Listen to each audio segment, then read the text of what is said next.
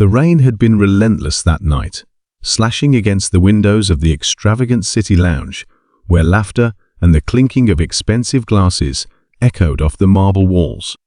Inside, warmth and opulence wrapped around the wealthy patrons like an unspoken privilege, their designer suits and glittering jewelry whispering of excess.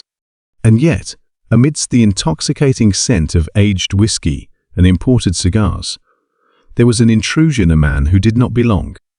He stood near the entrance, his presence barely acknowledged at first, a shadow against the gleaming surfaces. His clothes were worn, his coat frayed at the edges, his hair damp from the storm outside.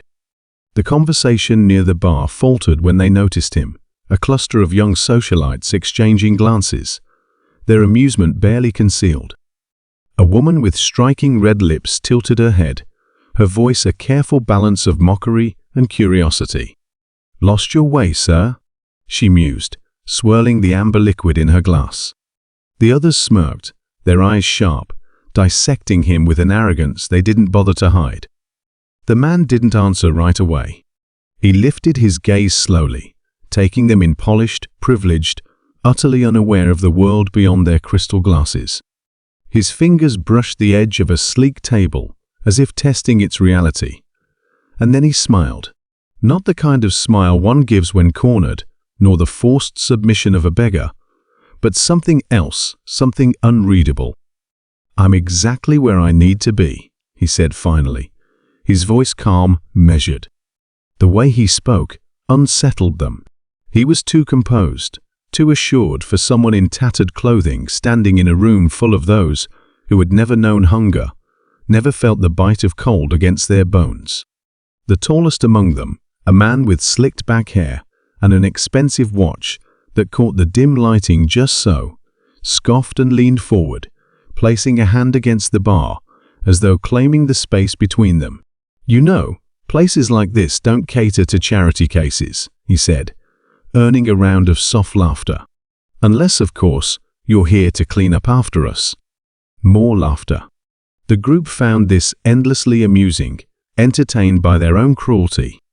But the man, the supposed outsider, remained undeterred. He looked at them one by one, as though memorizing their faces, drinking in their condescension like a slow, deliberate indulgence. And then he reached into his pocket. The laughter quieted. A crisp black card slid onto the bar, its minimalist design betraying nothing but an unmistakable weight, one that only those familiar with power and exclusivity could recognize. The bartender, who had remained impassive until now, straightened at the sight of it.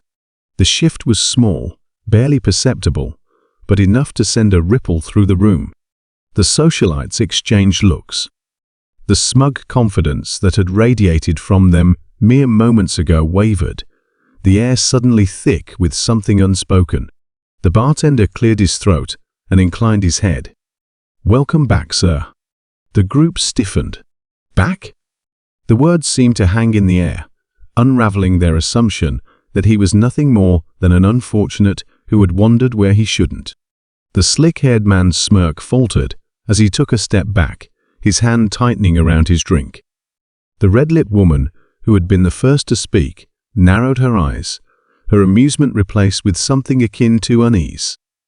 Who she started, but the words never fully formed.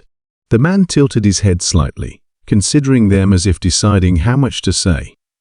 Then, as if he'd already made up his mind, he reached for his glass one that had been waiting for him, prepared before he even walked in. He lifted it, taking a slow sip before setting it down, the faintest smile playing at the corners of his lips. "I wonder," he mused, his voice just above a whisper, "how much you'd be laughing if you knew what I know." The room was silent now. Outside, the rain continued its relentless assault on the city, but inside, the storm had just begun. Because what none of them knew, what not a single soul in that room could have predicted, was that years ago, this man had been nothing. Less than nothing. He had walked these same streets with empty pockets and aching hunger, ignored by the very people who now stared at him with dawning realization. But fate had a cruel sense of humor, and the world had turned in his favor in ways they could never comprehend. He was no longer the man they assumed him to be, and soon enough, they would understand just how wrong they were.